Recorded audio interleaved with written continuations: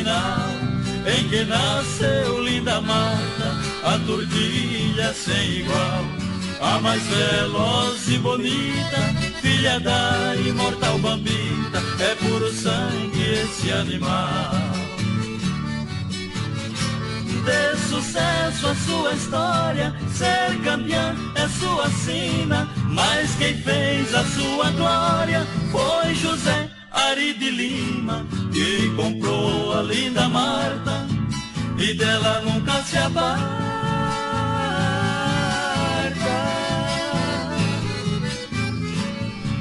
Brindando taças pra cima, galopa,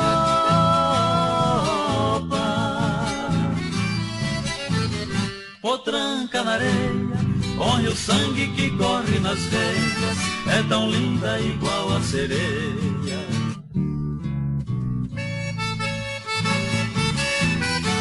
Foi na fazenda Ipiranga onde ela se criou.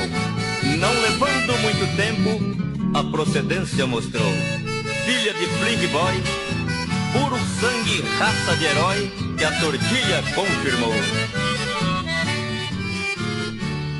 Por Fafá é conhecida, por Pitoca foi chamada e ganhou a grande penca da tropa mais afamada. O de Baba e Pampião na poeira foi ficando, ganhou da Jabuticaba.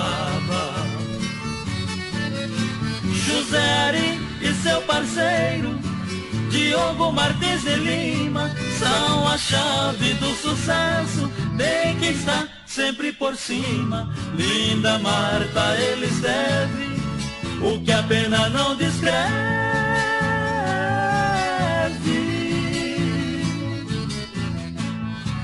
Do valor dessa menina galopa,